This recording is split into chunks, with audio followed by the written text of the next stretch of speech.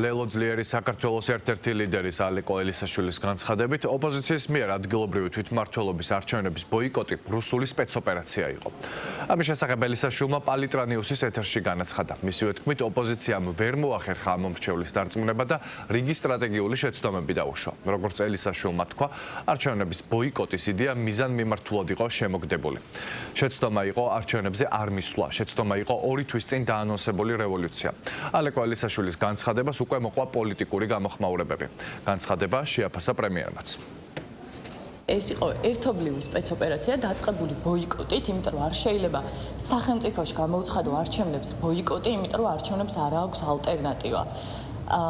ბოიკოტი თავდაპირველადვე თავიდანვე იყო დიდი შეცდომა, იმიტომ რომ ამ ქვეყანაში მოქალაქეებს არაერთხელ აქვთ ნანახი ის შედეგები, რომელიც მოიტანა მსგავსმა უპასუხისმგებლო ქმედებებმა. შესაბამისად, დაწყებული ბოიკოტით, რომელიც დაიწყო გაზაფხულზე, შემდეგ დაგვირგვინდა 4 ოქტომბრით, ერთობლივად იყო, რა თქმა უნდა, ქართული ოცნების და ნაციონალური მოძრაობის შეთანხმებული ბოიკოტი. ქართული საზოგადოება უარი თქვა რუსულ სპეცოპერაციაში მონაწილეობას. მათ მიიღეს მონაწილეობა, ქართულმა ხალხმა არა.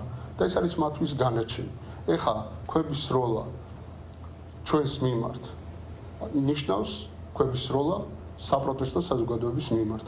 და ეს უფრო მძიმედ, ძალიან მძიმედ, ესე რომ ვთქვათ, ალეკო ელისაშვილს და ლელოს დაუჯდებთ. ეს განცხადებების მცდელობა არის, რომ როგორმე გაიმიჯნოს ძველი ნაცები და ახალი ნაცები, ლელოელ და გახარიელი ნაცებისაგან როგორმე გადარჩნენ და როგორმე დარჩნენ აგენტების სახით ქართულ პოლიტიკაში და როგორმე საზოგადოებას შეასაყოვნონ თითქოს არ არიან ნაცები და ამითი ეს განცხადებები ზუსტად ამ ყველაფერს მიუთითებს, მაგრამ რა თქმა უნდა ეს ტყუილია საზოგადოებამ ყველამ ძალიან კარგად იცის თუ ვინ არიან ლელოელები, ვინ არიან გახარიელები, ვინ არიან ძველი და ახალი ნაცები. ეს ის კლასტერია, რომელიც ფინანსდებიან, რომლების დავალებებსაც იღებენ გარედან. ოპოზიციის მხრიდან რაც ხდება, ყველაფერი არის ერთი დიდი სპეცოპერაცია საქართველოს ეროვნული ინტერესების წინააღმდეგ.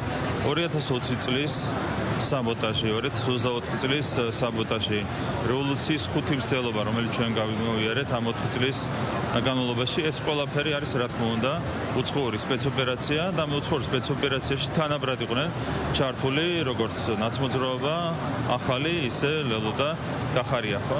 აქედან გამომდინარე ერთმანეთსკენ თითის გაშვერა მათი მხრიდან არ არის სწორი, ისინი ყველა ერთად იყვნენ ჩართული უცხოურ სპეცოპერაციაში საქართველოს ეროვნული ინტერესების წინააღმდეგ.